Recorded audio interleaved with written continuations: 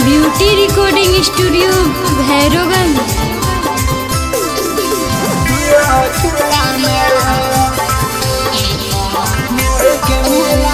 करबो हम वेट छौड़ी बूढ़े के मेला में, करबो हम वेट छौड़ी बूढ़े के मेला में। यह सखी सहेली के साथे मिलब दुयो अकेला में, यह सखी सहेली के साथे मिलब दुयो अकेला में। बसल हकी छौड़ी तहूँ हमर दिला में, बसल हकी छौड़ी तहूँ हमर दिला में। किया यह सखी सहेली के साथे मिलब दुयो अकेला में, किया यह सखी सहेली के साथे मिलब दुयो अकेला में।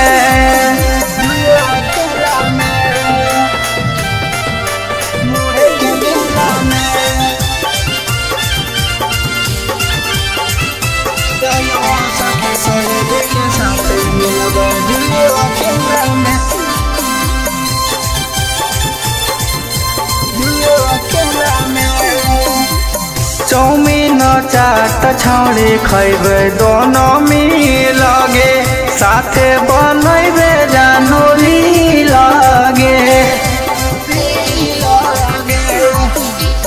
चौमीन चाट छौड़ी खैबे दोनों मिलगे, साथे बनैबे जानोली लगे।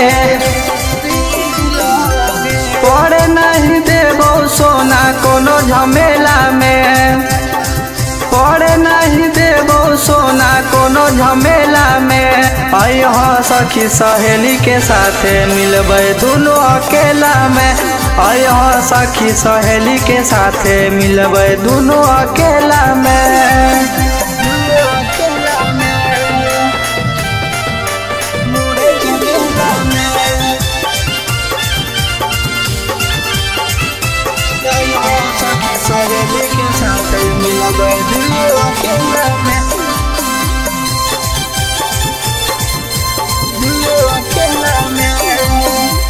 पत्थर पहाड़ के देखबो तोरा सीनगे, जे जे तो कवि देबो की नगे।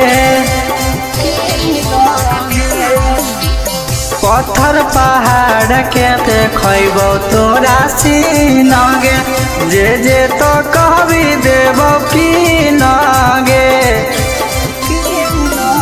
नंदलाल सोनू के पसंद ही जिला में, बाबू विकास के पसंद ही जिला में।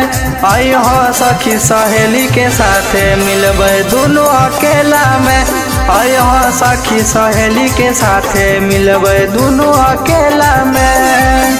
Beauty recording studio Bhairavganj.